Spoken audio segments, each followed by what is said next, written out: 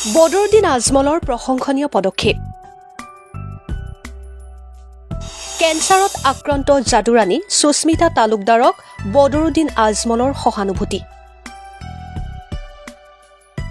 Video' কল কৰি সুস্মিতাৰ খবৰ ল'লে আজমলে।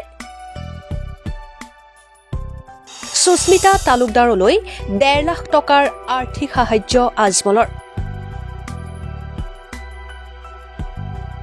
লগতে আজমলে সুস্মিতাক কয়, দোৱা কৰিম যাতে আল্লাই সোনকালে এই ৰোগ ভাল কৰক।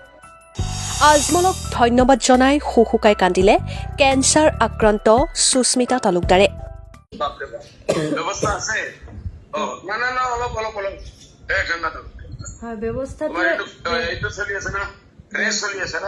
ব্যৱস্থাটো নাই কাৰণে মই ভিডিঅ'টো দিছিলো মানে। তথাপিও কিছু থাকে কিছু নাই। হয় আছে অলপ চলপ আছে। হয় তোমাৰ কিমান আছে? বৰ্তমান ঘৰৰ মানুহ যোগাৰ কৰিছে 10-15 তেনেকুৱা যোগাৰ কৰিছে। ঠিক আছে, আমাৰ আজমল ফাউণ্ডেশ্যনৰ পৰা কণ্টেক্ট কৰিব, আম হস্পিটেলৰ পৰা কণ্টেক্ট কৰিব মোৰ নামে। তুমি সকলক ভাল কৰি বুজাই কৈ দিয়া, এইসকলে এটা দান দিব, তাৰপিছত মই আর মোর ভাতৃ সিরাজুদ্দিন আমি পার্সোনাল আপনার বহুত বহুত ধন্যবাদ। আমি দোয়া করেছো, পয়সা তো দিই যে আল্লাহ তাআলা তোমার জলদি জলদি ভালো করে। ধন্যবাদ। ওকে ওকে ঠিক আছে ঠিক আছে। সঁচাকে আজি খুব ভাল লাগিছে।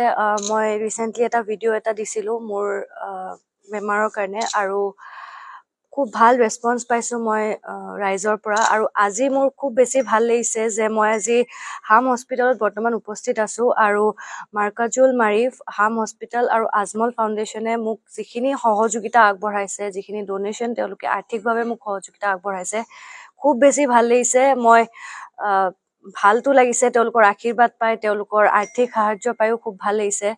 মই এক্সপেক্ট কৰা নাছিলো যে, কাৰণ আজি দিনৰ ভাগতে মোক বদৰুদ্দিন আজমল ডাঙৰীয়াই নিজে মোক তেখেতে ভিডিঅ' কল যোগে তেখেতে মোক কল কৰিছে, আৰু কল কৰি পেলাই খুব আশীৰ্বাদ দিছে। আশীৰ্বাদ দি পেলাই তেওঁ জনাইছে যে একদম টেনশ্যন ল'বলগীয়া কোনো কথা নাই, যে আমি আছো তোমাৰ বেকত। আৰু সেইখিনি শুনি মই এতিয়া সাহস পাইছো, মোৰ যি এই যুঁজ দিবলৈ মই আগবাঢ়িছো। আৰু বেছি নকওঁ, মই সদায় চিৰকৃতজ্ঞ মাৰ্কাজুল আৰিফ হাম হস্পিটেল আৰু আজমল ফাউণ্ডেশ্যন, লগতে বদৰুদ্দিন আজমল ডাঙৰীয়াৰ লগত চিৰকৃতজ্ঞ হৈ ৰম। খুব ভাল লাগিছে আজি। ধন্যবাদ।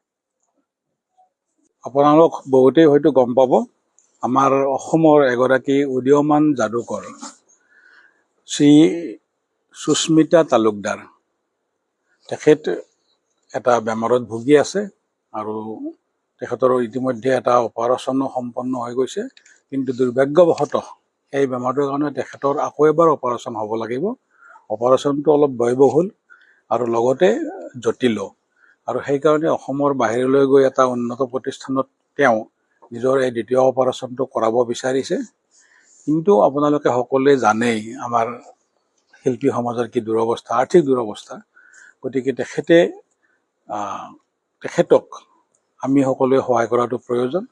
এই সম্পৰ্কে এটা নিউজ অলপতে আমি শুনিছিলোঁ। আমাৰ লগতে আমাৰ ট্ৰাষ্টি বদৰুদ্দিন আজমল ডাঙৰীয়া আৰু সিৰাজুদ্দিন আজমল ডাঙৰীয়া তেখেতসকলে নিউজটো শুনিবলৈ পালে, আৰু পাই পেলাই আমাক ক'লে যে আজমল পৰিয়ালৰ ফালৰ পৰা বা আজমল পৰিয়ালৰ যি সামাজিক অনুষ্ঠান আছে, এই অনুষ্ঠানকেইটাৰ ফালৰ পৰা এই শিল্পীগৰাকীক সহায় কৰাটো প্ৰয়োজন।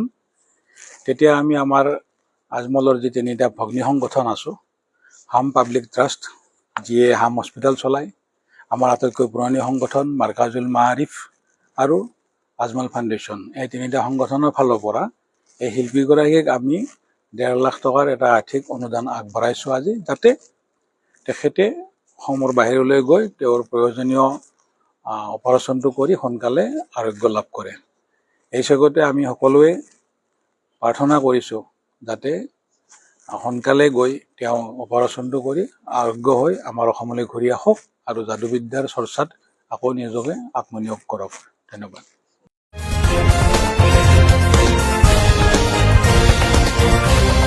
Time Plus 24